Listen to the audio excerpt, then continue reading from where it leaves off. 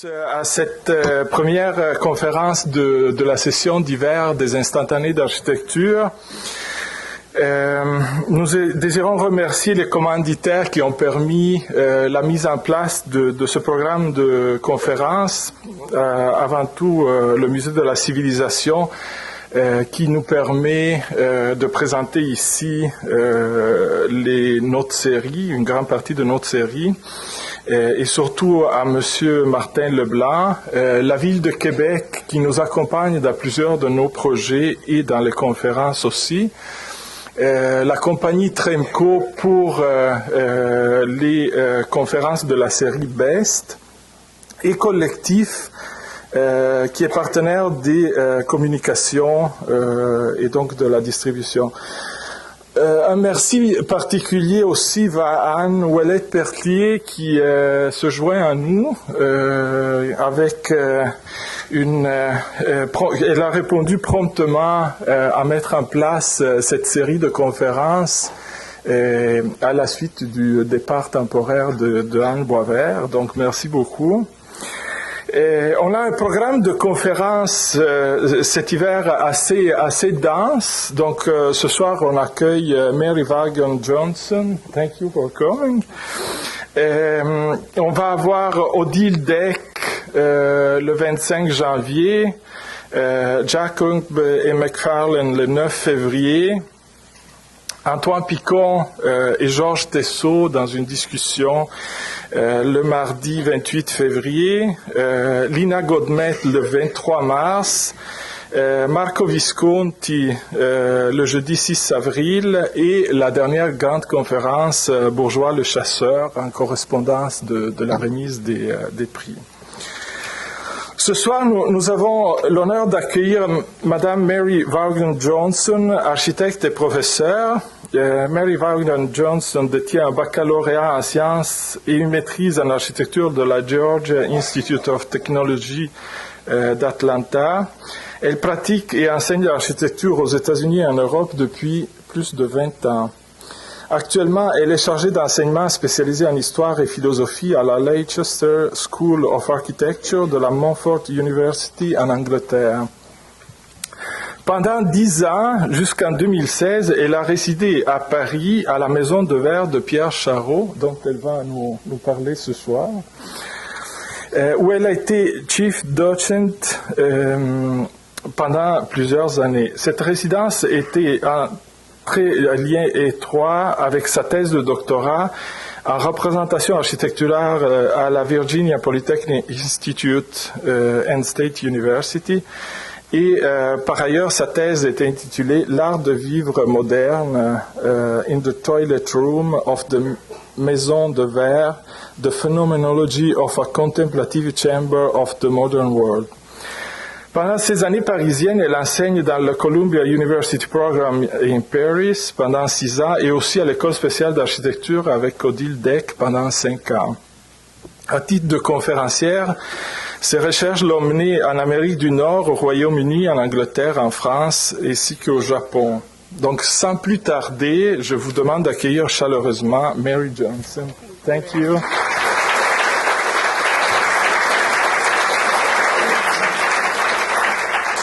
So is the speaker working? Everyone can hear me fine. Thank you very much for having me. It's a real pleasure for me, and I love to see a full house. So I'm happy to be here. Apologies for the slight delay, but the television's working. Part of it has to do with the fact that I have a short film that I wanted to show you at the end. So the sound and Macintosh, starts to have issues, but we're good. We're ready to go. So just before I start, I wanted to just say something very briefly about how I'm going to approach this. So I often start this talk with sort of taking you into the house, sort of welcoming you. I lived in the house for 3.5 years. So there's a part of me that feels like it's my home. So it was a very interesting experience because it's a home, but at the same time, it's an iconic building that has visitors coming in once a week. So there's sort of a sense of it being a museum at the same time. So, this was for me also a very interesting experience. I feel that I bring to the table with my PhD a way of reading the house that has not existed before. By looking at the toilet rooms of the Maison de Verre, I have looked at it from almost an architectural anthropological way. So I'm looking at the cultural context of what was happening during this time period and how, in fact, hygiene becomes a huge influence for modern architecture. But I really came from it from an interest of the private and public spheres in architecture. So that was really sort of the premise for it.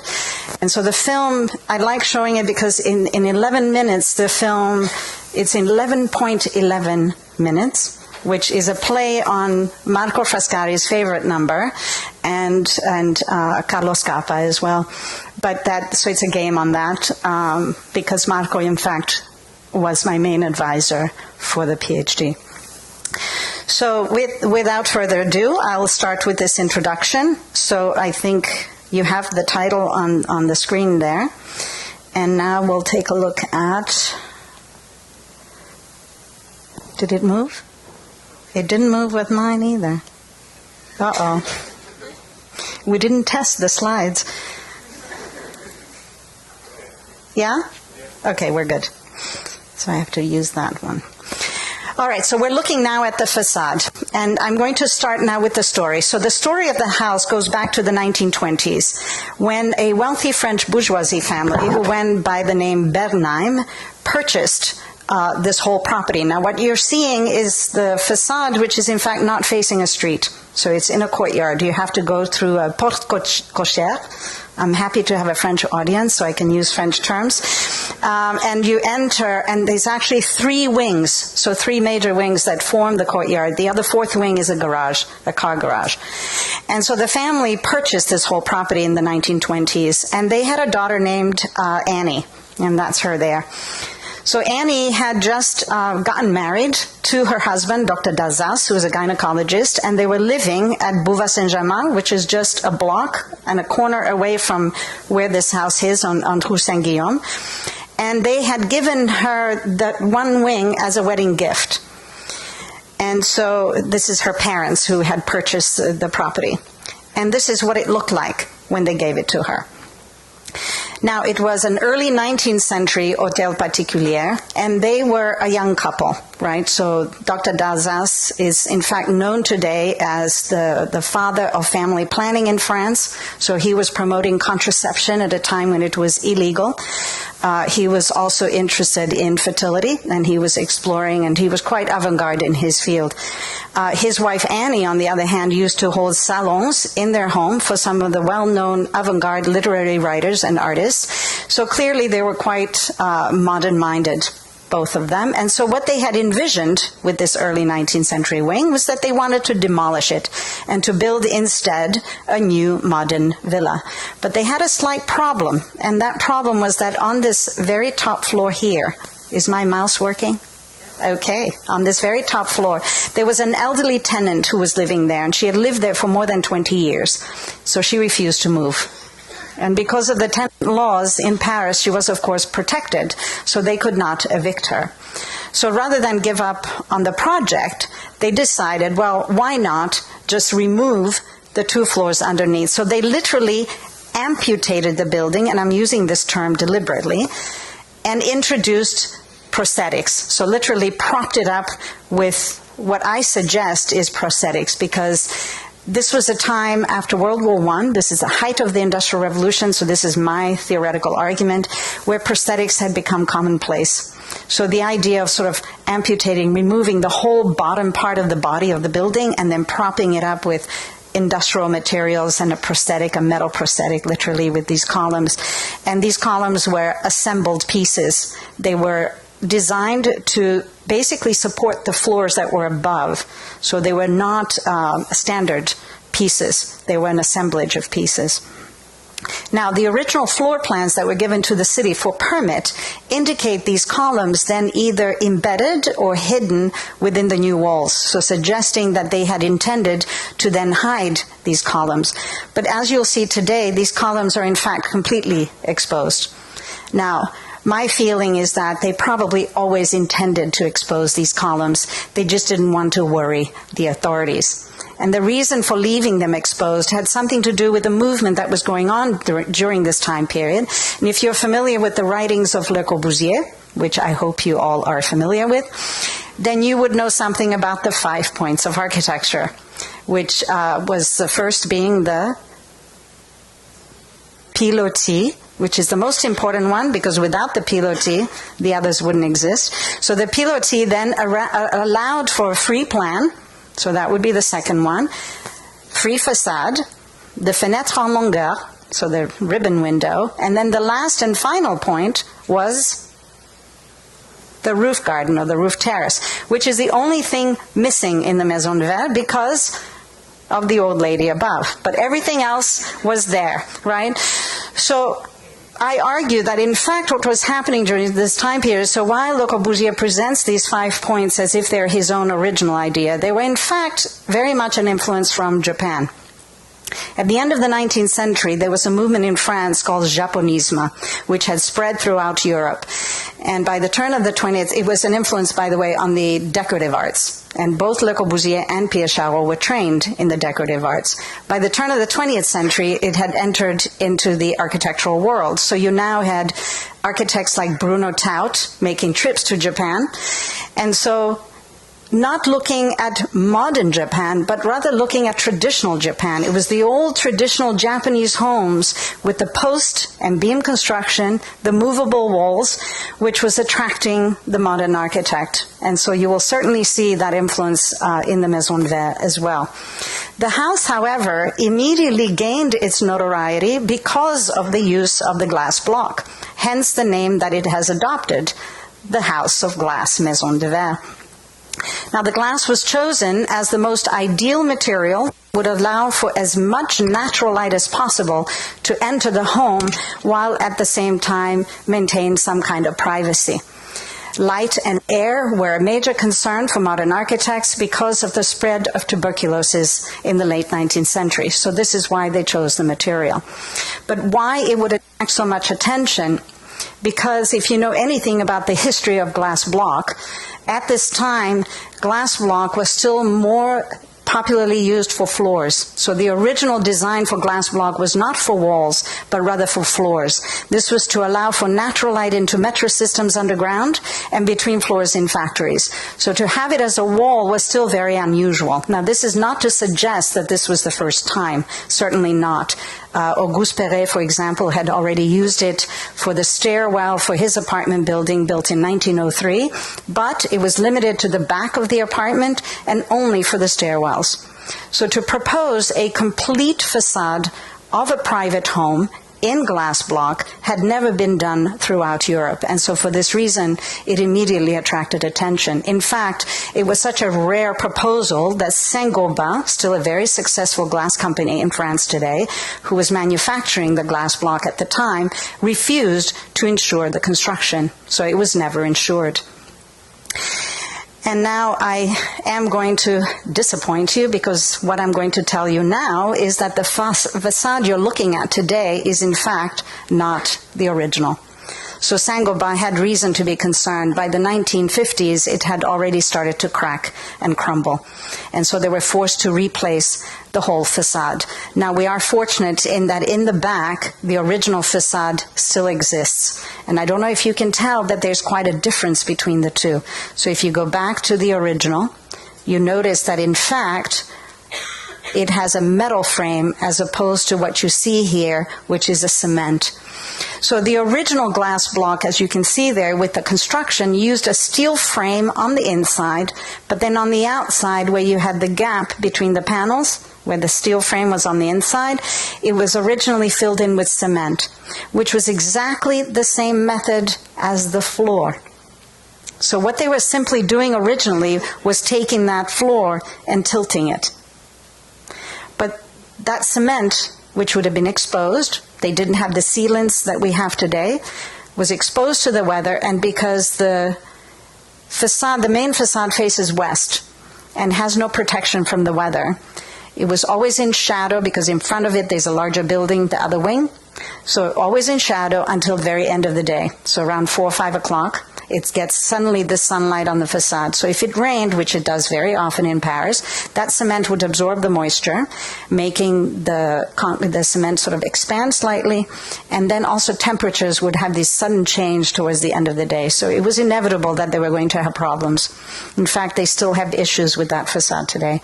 But in the back, as you can see, it's facing east, first of all, so it receives sun practically all day long from the garden, because there's quite a large distance between the back facade and the next building because of the gardens that are there, but also is protected. As you can see, there's actually this overhang here because there's a balcony above, which overhangs and protects it from the rain.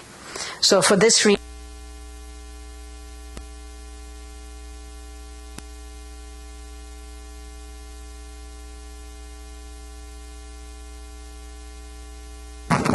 oh, it's back.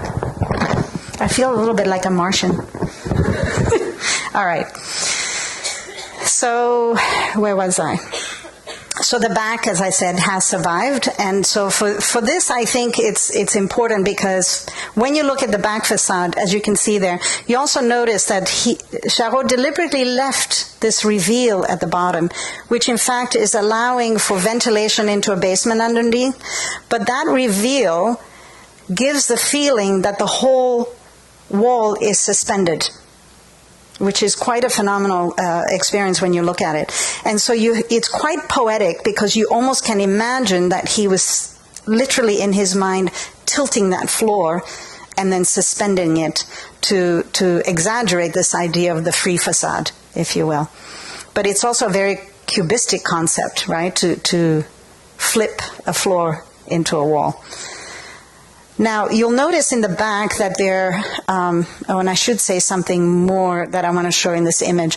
If you notice the image on the right, that's from the interior. Notice that the glass on the bottom panels is actually quite different from the panel above, because the one on the bottom is the original glass. So not only did they have to replace the whole facade with the metal frame on the outside, but they also, the manufacturing methods for the glass.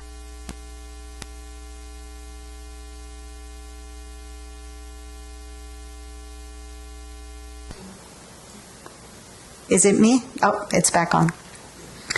So in the 1950s, the manufacturing methods for the glass had changed.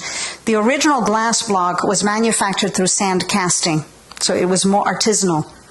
And so for this reason, the quality of the glass is much more like the glass you're familiar with, like if you've seen stained glass, old medieval glass, where you can almost sense the waterness of that. You understand that glass is a liquid, and it has this very sort of greenish color to it as well. So when you look through it, it's like looking through water. So the quality of the light changes, because with the new glass, which was manufactured through heat compression and machines, it's a much more clear glass, more like the glass that we're familiar with today. So it has, in fact, changed the quality of the light that comes into the home, which is a bit of a shame. But the fact that you have both, I think, still gives the narrative, or the story is still being represented. And now you'll notice, as I touched on it in this image, that there are these projector lights. These are the original ones. The ones in the front today have been restored. So the ones you're looking at here now in this photograph, which was an older photograph, those are the temporary ones that they had. But these projector lights were a proposal by André Salomon. André Salomon was a lighting expert that was working with Pierre Charot. The purpose for these projector lights was to provide privacy at nighttime. As you can imagine, when the lights are on in the house, you could, through the silhouette, as you see it on the image here on the left, determine the activity going on in the house. By flooding the surface with light from the outside, which is what you have in the right image here, it then becomes an opaque facade. So it's a way of creating privacy at nighttime, which is quite ingenious, I think.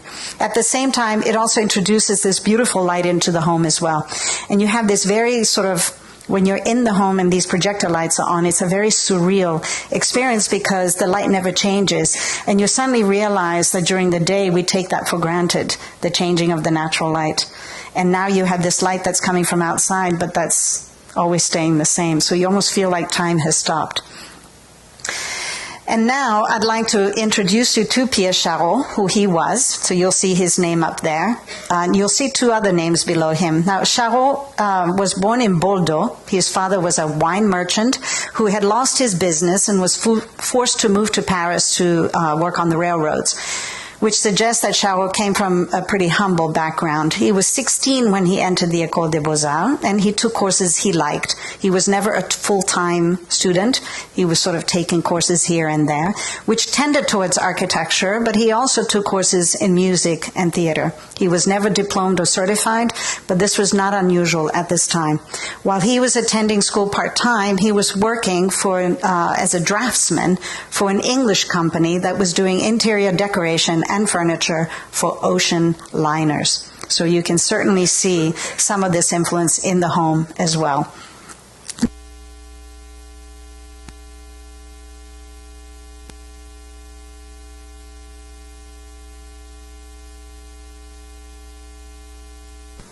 Okay?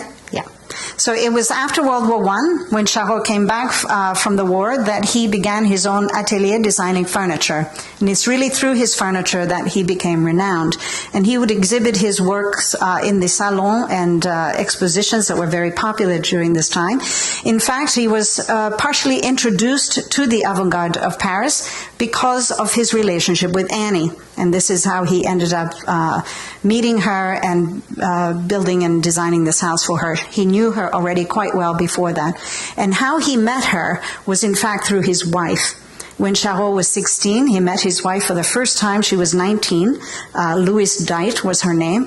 And she was an English woman who happened to have been the dance teacher for Annie when Annie was 9 years old. When Annie got older, she became her English tutor and mentor. She used to take her to the museums. So they had developed a very close relationship, and it was this close relationship between the two women that brought the two couples together. And so Annie was very much his patroness, if you will. And so that's how they developed the relationship. And so when he began to work on this house, however, Pierre Charot had taken on a new profession. This is a new profession to France that emerged after 1910. And it was, in fact, in direct competition with the Bauhaus. And it was a profession referred to as the ensemblier.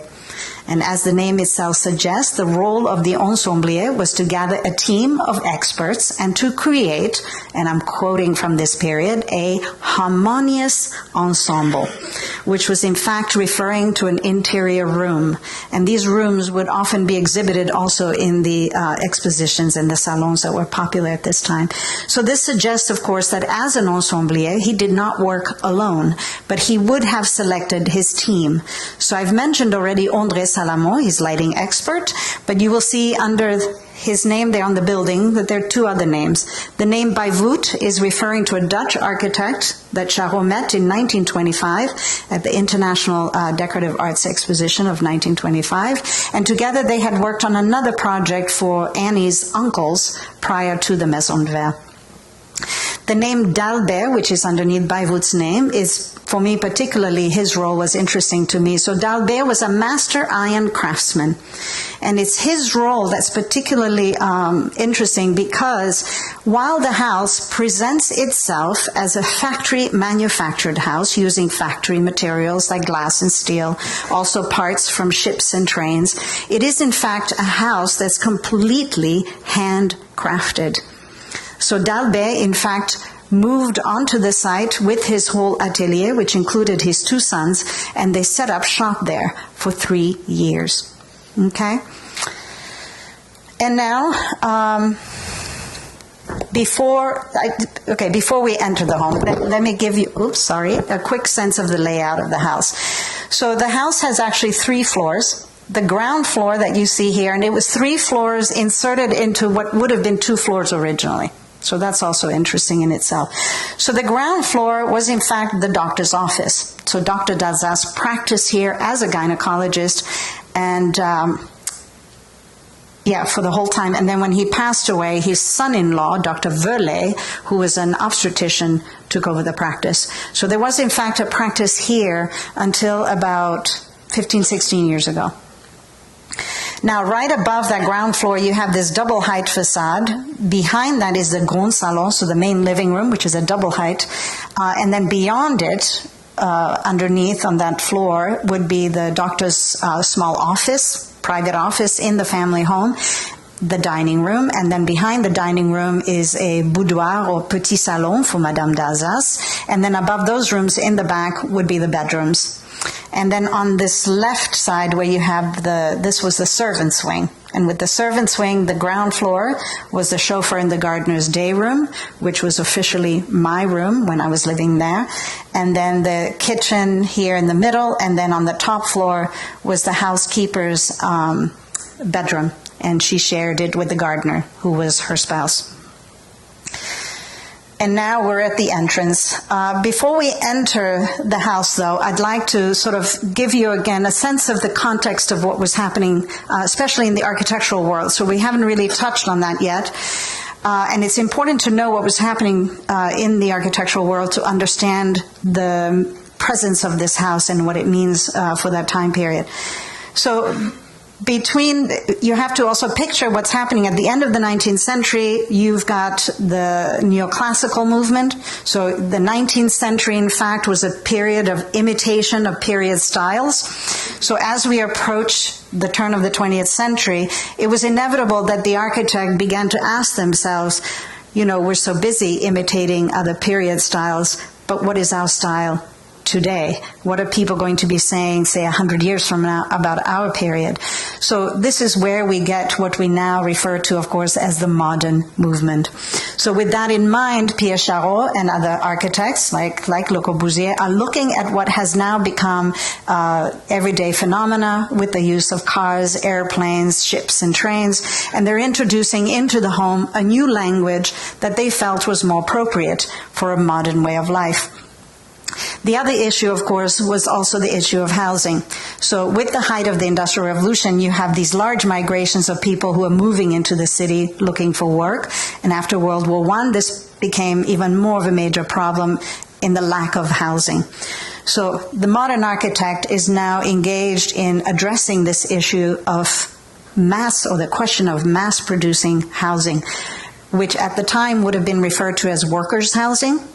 But now, of course, we refer to it as social housing. So in 1928, which is the same year that construction began on the Maison de Verre, this was also the year of the formation of CIAM, which is the Congrès International d'Architecture Moderne, which was formed in Switzerland. And at that founding meeting, both Le Corbusier and Pierre Charot were present. So if you look at the photograph there, you probably will recognize Le Corbusier right away with his funny little round glasses there. And then that's Pierre Charot there. So clearly they knew each other quite well. In fact, what's interesting is that just down the road from Saint-Guillaume on Rue Sèvres is where Le Corbusier had his office. And he used to live on Rue... I forget the name now, which is just north of Saint-Guillaume. So he used to walk quite often on Saint-Guillaume between home and work, Le Corbusier. And there's an anecdote that he used to peek in through the porte cochère with his little sketchbook and funny glasses, and he was making notes. So when he designed his apartment building at Molitor in the 16th, you can see some of the Maison de Verre influence on that building. Now, at that founding meeting of CIAM in 1928, there was a discussion on Taylorism and architecture. Now, Taylorism was a concept coming from the United States that had to do with the separation of labors in factories in order to have more efficiency in mass production. This was now being introduced into architecture to talk about the separation of architectural systems, which is, of course, the way that we practice architecture today. But at that time, it was a whole new way of thinking about architecture. So we see this, of course, being experimented as well in the Maison de Verre. So when you look at those three buttons on the right, they're in fact reflecting the circulation system in the house, which is separated in three parts. So the top, which is identified as a docteur, that would be the clinic or the doctor's office. The visit would be the visitors to the private home, so that would represent the private home. And then the service was, of course, the servants' quarters. And these circulations are quite separated from each other. I argue, of course, that it's in fact a reflection of what was happening in the 18th century, which is where the term Art de Vivre comes from, that I'm playing on here, Art de Vivre Moderne. That was in fact being revived during the Art Deco period, so very much played a part in what's happening in this house as well. But what becomes fascinating to me in the Maison de Verre is that with this separation of circulation system, where Chavo becomes quite theatrical, if you will, is at the interface between these circulation systems where he provides options. These are options often through mechanized and mobile parts, which is what he's most known for, but also by providing several layers of material that would allow for opacity when necessary, clarity when necessary, and then, of course, sometimes something in between. I'll point some of those moments out to you as we go through the house. So now we'll take a look at the floor plans to give you a sense. So I've oriented the floor plans in what we would consider the correct orientation. It's a very western view, but the north is up, of course, and then you have west, east, and south. So you enter the home from the west, right? And the entrance is here. Now, if you were a patient, you would enter down this passageway, and if you were a private visitor, you would also enter through that passageway. This was the receptionist for the patient, where they would then be received. Once they had checked in, they would then be advised to go to the waiting room, which is over here.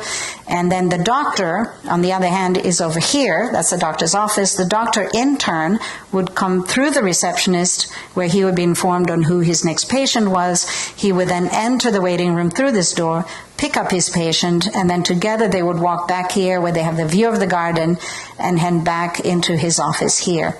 Once in the office, after consultation, this is the examining room, the main examining room.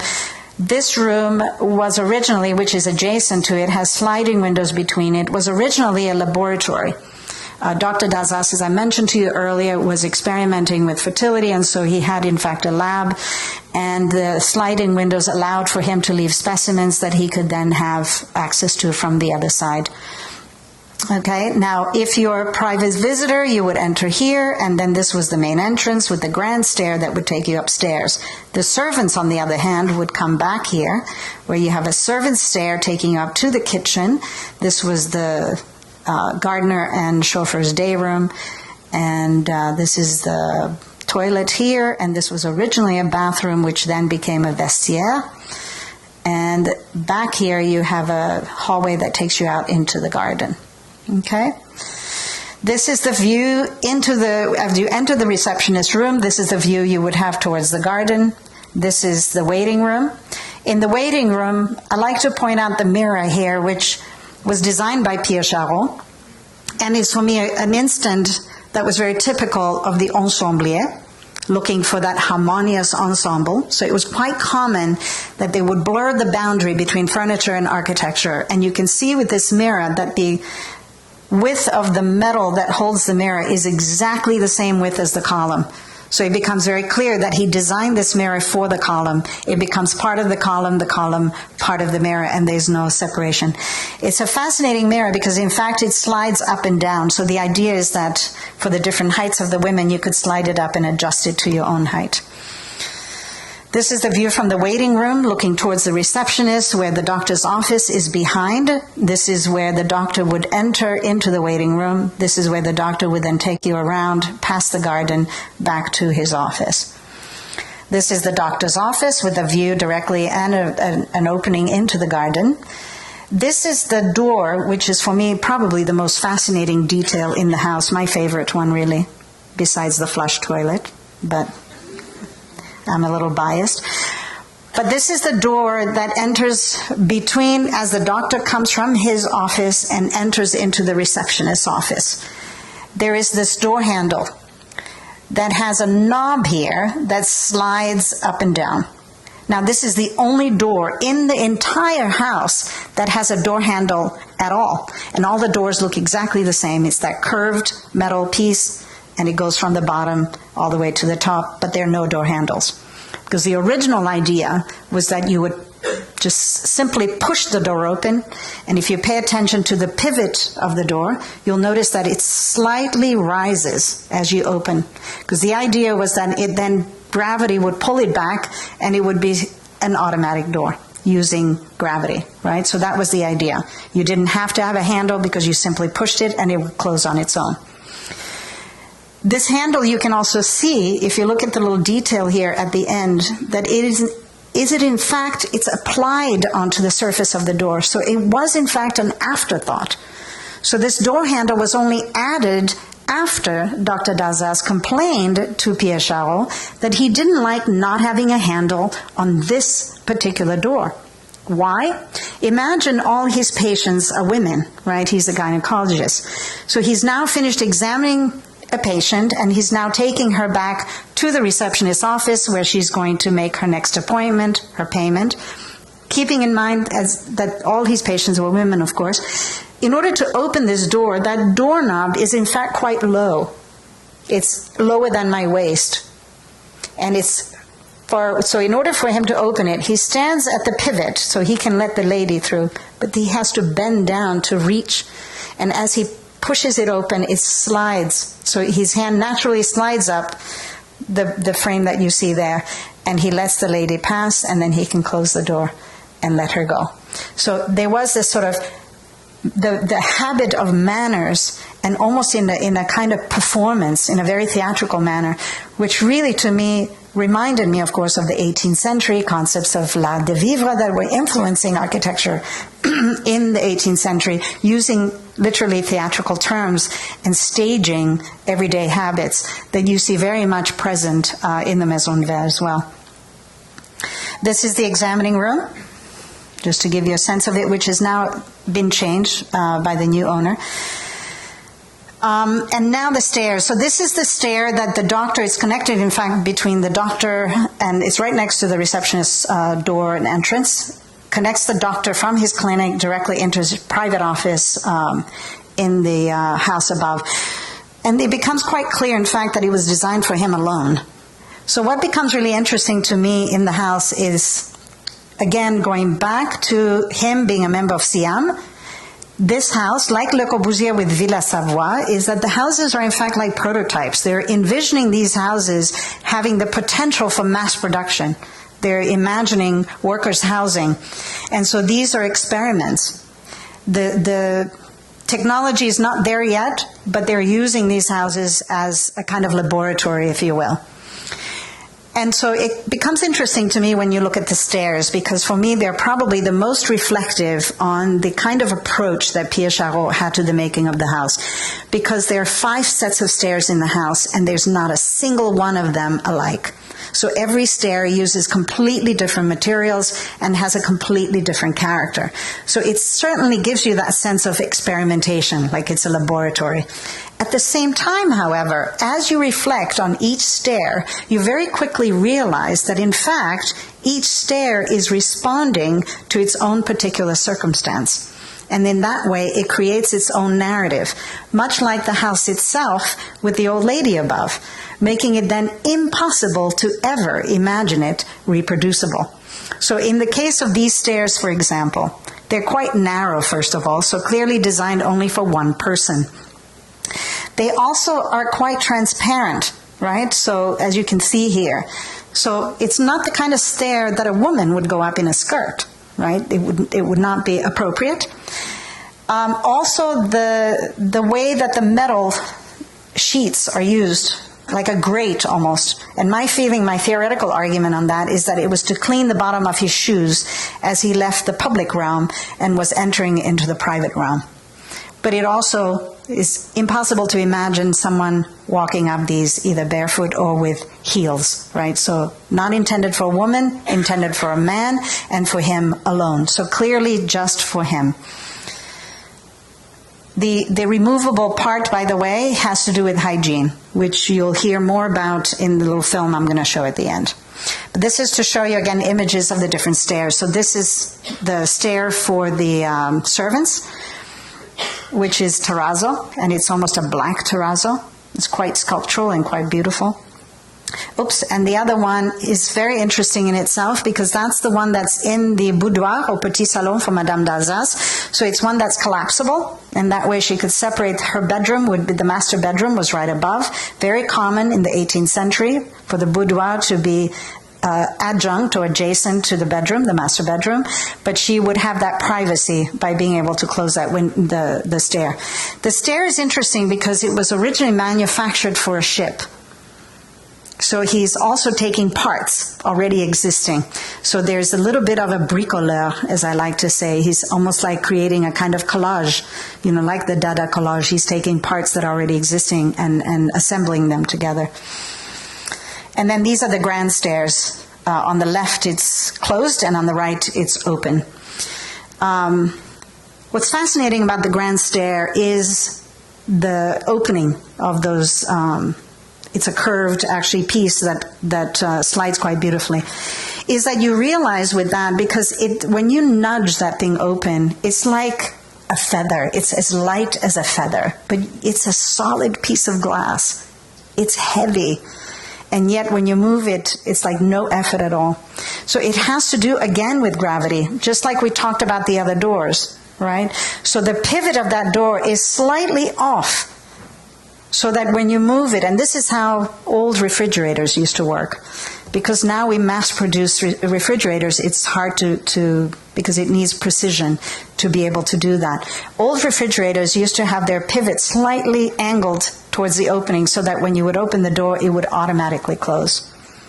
So this is why, in fact, what is an extremely heavy piece of equipment moves like a feather, because it's gravity that's actually helping to do the work, and you're not doing that much.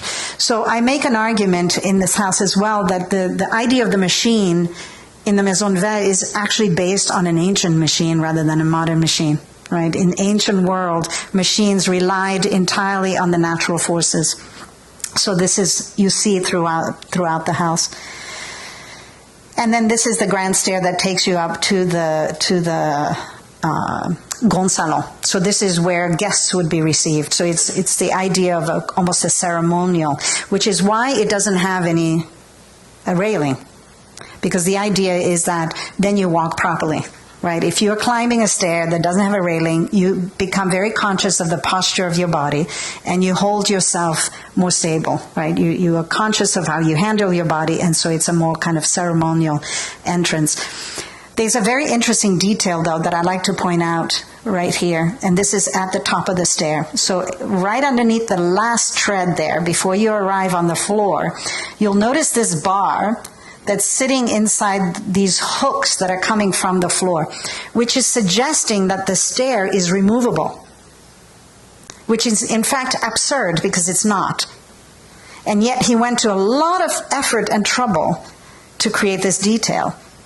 So this is an argument I make about his concept of modernity, because you realize this is what the architects are addressing at this time. What does it mean to be modern? What does it mean to be in the present?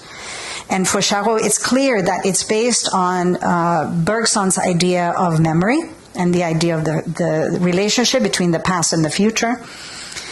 And so by having this hook, what he's in fact referring to is the stair that we bring to the airplane, or the stair that you bring to the ship. So he's bringing the language of the industrial period, of the modern period, in this almost absurd way, so that you have to almost, when you see the detail, you have to question why. And then it helps you realize that it has nothing else to do except to give a memory of a particular time, that it continues to exist in the future, right? And now we have the Grand Salon. One thing I like to point out in the Grand Salon is something you'll see throughout the Maison de Verre, is that you never have a corner. So the walls either go past each other, where in this case it ends up in this funny alcove here, right? And here you see how the glass turns. So there seems to be a corner, but there's a transparency, and so it seems to sort of disappear. That corner doesn't really exist. And this is actually something that's coming again from the Japanese influence. So the Japanese used to play this game of creating the sense of an infinite space that continues on forever. And you have this, and this is a concept that Aldo Floss, of course, works a lot on as well with his concept of remplan, if you've studied that. And you see that very much present in the house as well. So it's this idea of creating, where you have this facade of a glass block you can't see out, right? So it could have been a very claustrophobic space in there. But by creating these non-corners where you get the feeling that there's space beyond. So when you look at this alcove here, you imagine there's more space back there, even though there really isn't. But it gives you the feeling that there is no end to the space in the house. It's continuously looking into other spaces. And now so here's the Grand Salon. So behind here is the doctor's private office, where you have the stairs that come from downstairs that we saw earlier. And then you have this funny connection here between his private office and her boudoir and petit salon. And this would be the dining room. Between the dining room, where you have this corridor, the kitchen is over here. And between there's a, call it a passe-plat. You know what I'm talking about? That sort of goes around to the other side. Something, again, very common in the 18th century, when they started to separate, when they introduced the concept of the pochet, that sort of service area, the service corridors, so that they wouldn't actually enter into the master's room. This is quite apparent in the Maison de Verre as well. But what is most interesting is this little detail, which we'll see in a photograph in a minute. But here is where we're looking at. So this is the private doctor's office here, where there's a sliding wall, very Japanese, that would close it off if he needed it to be private. Here's the dining room, and beyond that is the boudoir or petit salon. Looking back into the Grand Salon, I just wanted to point out the ventilation, because with this whole glass block wall here, it's impossible to have openings, right, with a glass wall. So you have these ventilation mechanism, which when you open them, use a cogwheel, you feel very much like you're in the bowels of a ship. The noise it makes, the weight it has, and all of that as well. But here's that funny detail. So there is this sliding door that basically enters into the doctor's office. When Madame d'Alsace would go into her boudoir and open her door, it would slide into his room. And when she would close it, it would slide out of his room. So there's this funny almost intersection between the two that would allow him, of course, when he was in his office, to know what she was up to. So there's sort of like he's keeping an eye on her. And on the other hand, she has this little space behind this glass where she could look into his office. She would know what he was up to by just taking a peek around. She also had a very direct view into his office downstairs, because there's an open space there, where she could also see, in fact, because it was that passageway where the patients would walk by. She could see who was going in and out of his office.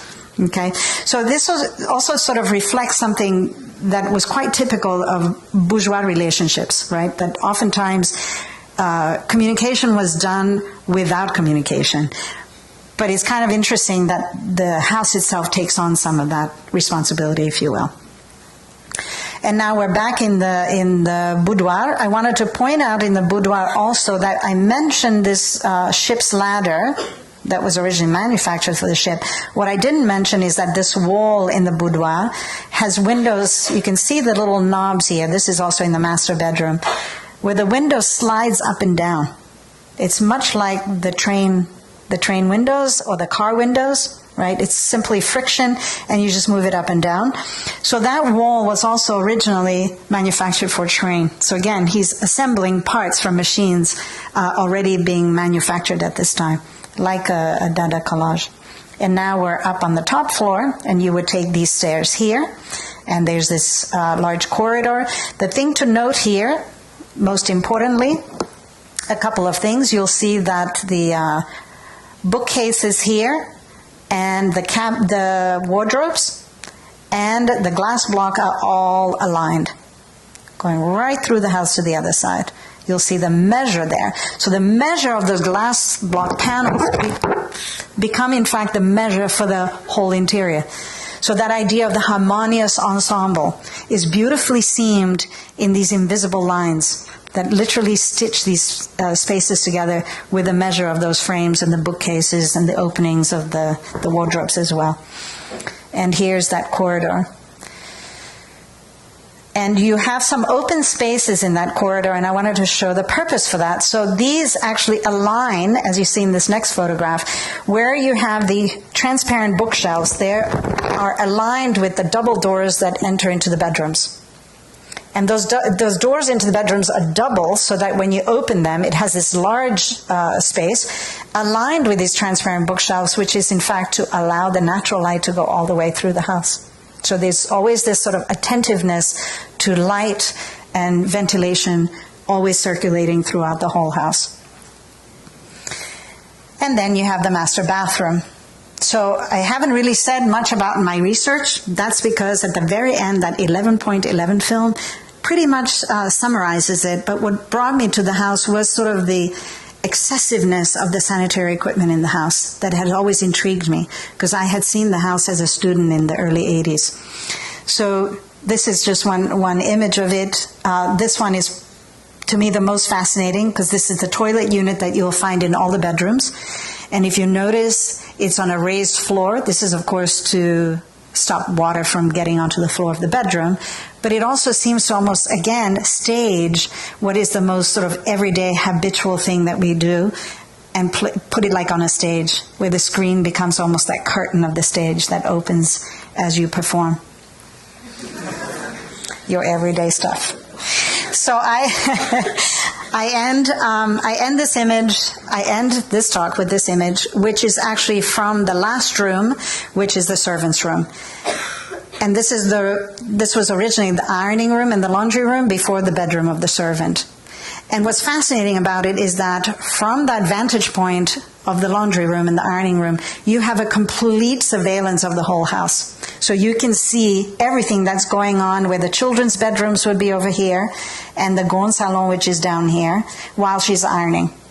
And so the reason this is happening, and of course Foucault that talks about this, but what's happening is that because this is after World War I, the French bourgeoisie could no longer afford the number of servants that they might have afforded before World War I. So it was quite common, as in this case, to have a couple. So you'd have a husband and wife. The husband would be the chauffeur. He would take care of the garden. The wife would take care of the house. And while she's doing the laundry, she's given this view of the whole house, because she's the only one in the house keeping an eye on what's going on. And that way she can always see if she's needed, the kids are getting into trouble or whatever, if there are guests in the grand salon that need something, she would know right away. Okay? Yeah. So I'm happy to take questions. I've kept you long enough, though, didn't I?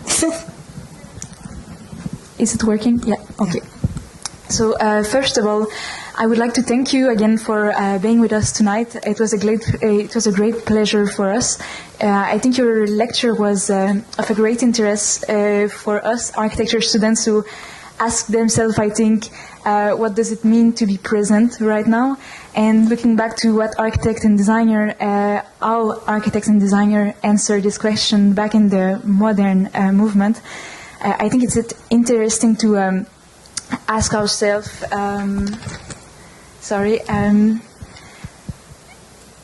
I will break the ice with the first question. So, today we are surrounded by new technologies, and technologies literally molds our way of living. So, do you think that our way of living right now, our art de vivre, is represented in our way of building, or our way of building houses and representing architecture? Without a doubt, yeah. Right? So the habits, how we approach the making of the building, to me, is definitely reflects itself in the final outcome of the building, which is problematic, right, in some ways, because one of the reasons I'm looking at this, it's a kind of critique on the machine, in a way, and standardization, right? So the toilet, sanitary equipment was one of those sort of manifesto that really represented the ideal of modernity, which the universal standards, right? That hygiene is good for everyone, forgetting that there's this funny relationship between morality and hygiene, so that in fact every culture has a different concept of what hygiene is. It's not an absolute science.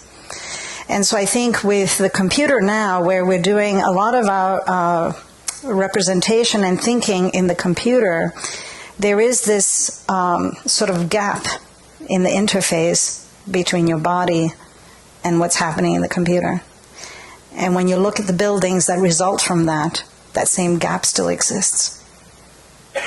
So I think we have to critique it, and I think it's coming. I think people are very much aware of it. There's more and more interest now in the senses.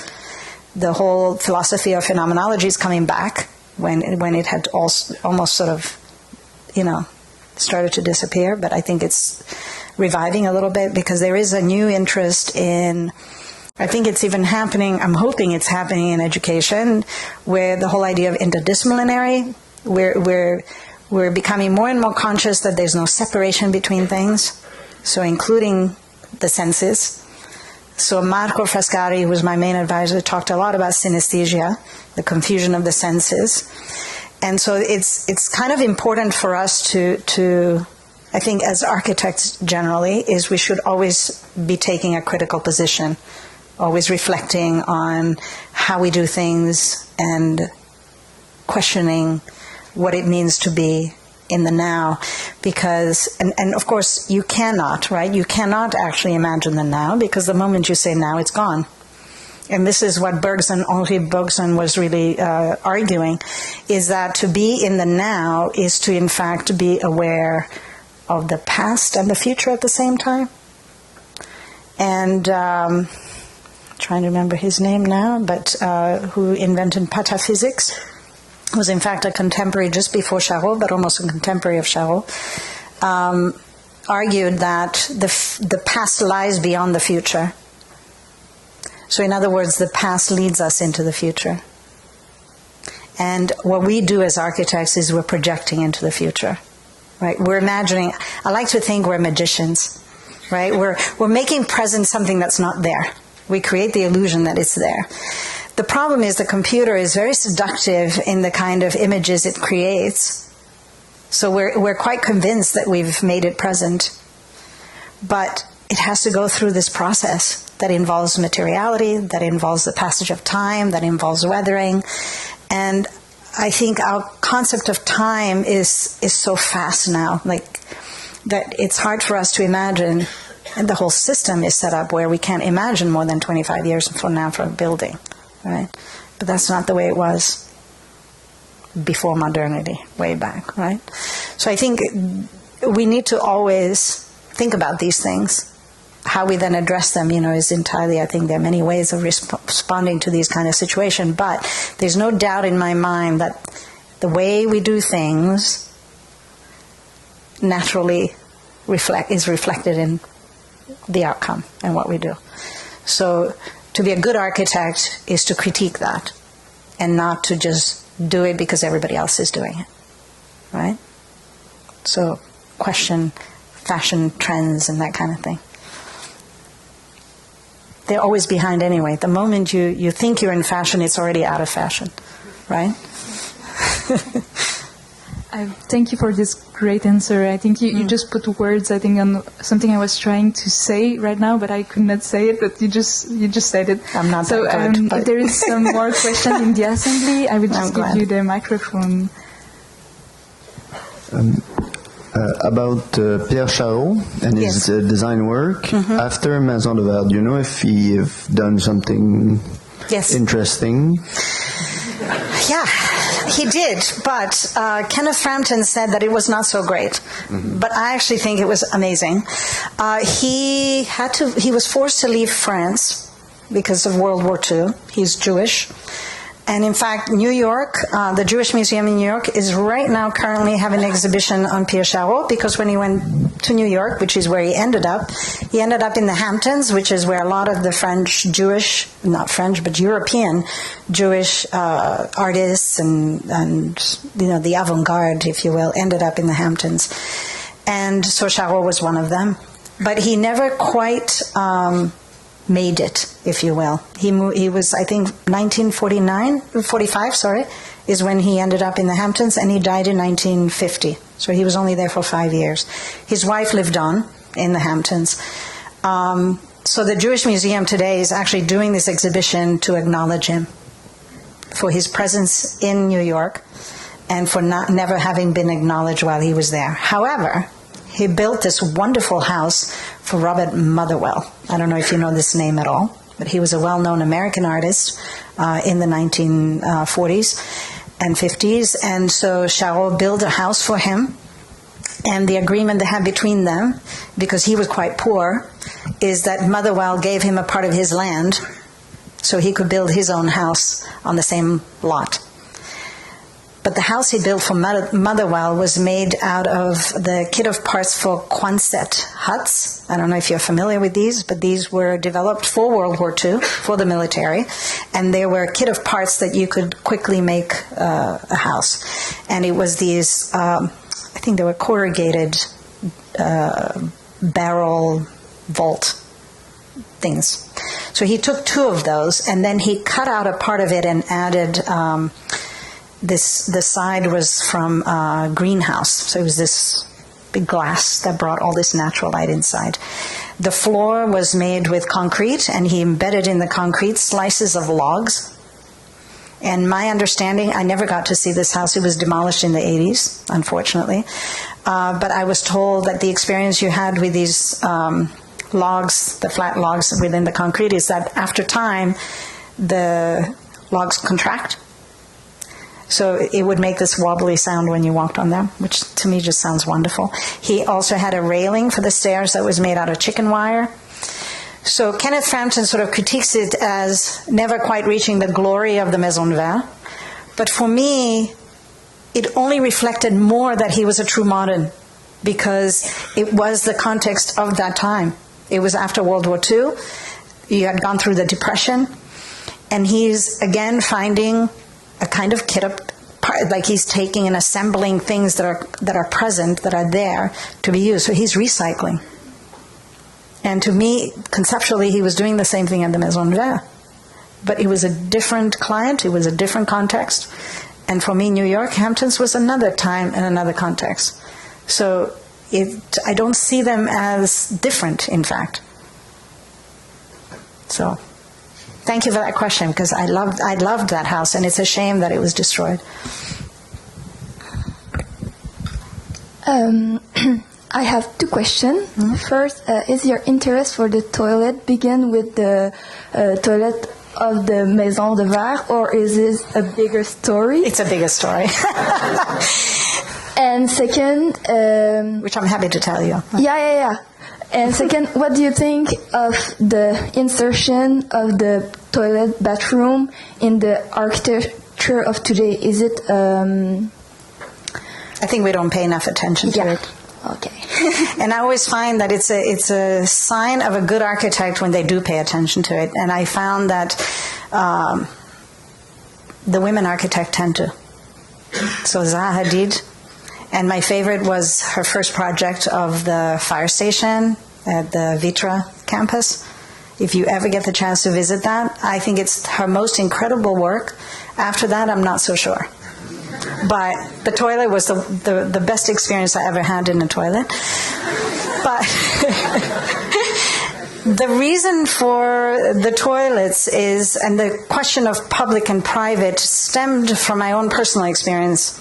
So I was born in Zimbabwe, in southern Africa. And I didn't leave Africa until I was 17 to go to the United States, to go to school, to university. And the thing that struck me between the 2 cultures was coming from a culture where the public took precedence over the private into a culture where it flips.